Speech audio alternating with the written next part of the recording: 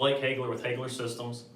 We're here in a warehouse that we just completed access controls for up to 10 doors. You'll notice each panel controls 2 doors. That's the reason we have 5 panels here.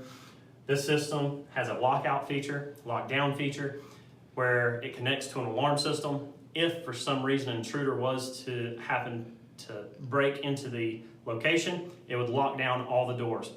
They also have the option to have what's called SWAT cards, where SWAT could potentially come in and enter each room individually. Perfect for classrooms and that nature.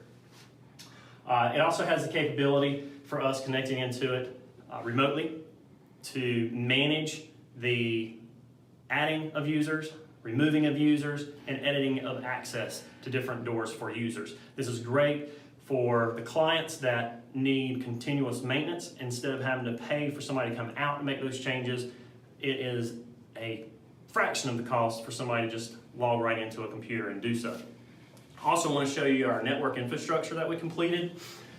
This goes throughout the office space as well as the warehouse. Most of the cable at the top coming in, you'll notice is Cat6 cable. There's also fiber, and there's also coax cable. Coax cable is for the televisions. Fiber is for those long runs that extend over 328 feet, which Cat6 has that limitation, cannot extend that far without dropping packets. The cable comes into these cable hides to make sure that it looks nice and pretty and prim for the technicians that will be installing equipment and managing that equipment. The Cat6 here panels connect to every wall outlet that is throughout the office space. The fiber here goes out to the IDS spread throughout the warehouse to make miniature network structures to extend that communication to one central location.